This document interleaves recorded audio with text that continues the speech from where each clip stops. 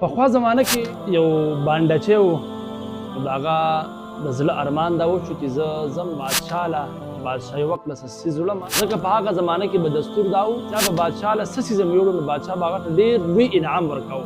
نو هغه بانډچي دا اراده وکړه چې زه یو داسې څیز ول وړمه چې د هغې په عوض باندې ماته بادشاه ډېر لوی انعام راکړي. نو هغه سوچ وکړو چې زمونږ په علاقه کې زمونږ د کوهي اوبه ډېرې بهترینې دي، او داسې وکړه چې منګي کې د خپل کوهي اوبه راواغستې او بادشاه طرف ته روان شو. هغه زمانه کې سورلۍ هم ډېرې نه وې، دی روان و، پیدل روان و ډېر وخت هغه سفر وکړو.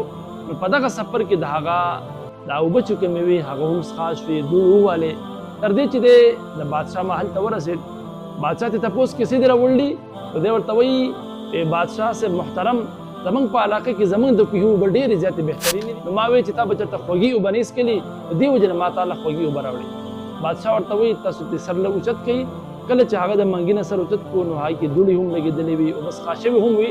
خو بادشاه سوچ وکړو چې دا یو بانډچی سړی دی او د هغې د وجې نه د هغه خیال وساتو او خپلې وزیرانو ته وکړو چې دره کم منګی دی دا وله د اشرفو د ډېر مال نه ډک چې دی خوشحالۍ سره خپل کور ته واپس. لیکن هغه یو وزیر ته وویل چې کله دی ځي نو د دجله چې کوم دریاب دی ډېر لوی دریاب دی، په هغه لار باندې چې دجله د اوبه وڅکي چې ده ته پته ولګي چې د دجله د دریاب د اوبه خوږې دي که د کوهي د اوبه خوږې دي.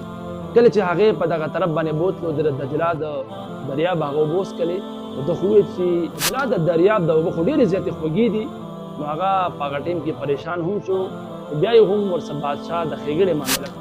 همدارنګې زموږ معامله ده، موږ د پکار دا ده چې موږ څه یو عمل کوو، که لږ عمل وي که غټ عمل وي، وړوکی وي غټ عمل وي، هغه د الله د رضا لپاره کول غواړي. خو دا سوچ به پکې نه کړو چې الله لپاره ما ډېر لوی کار وکړو.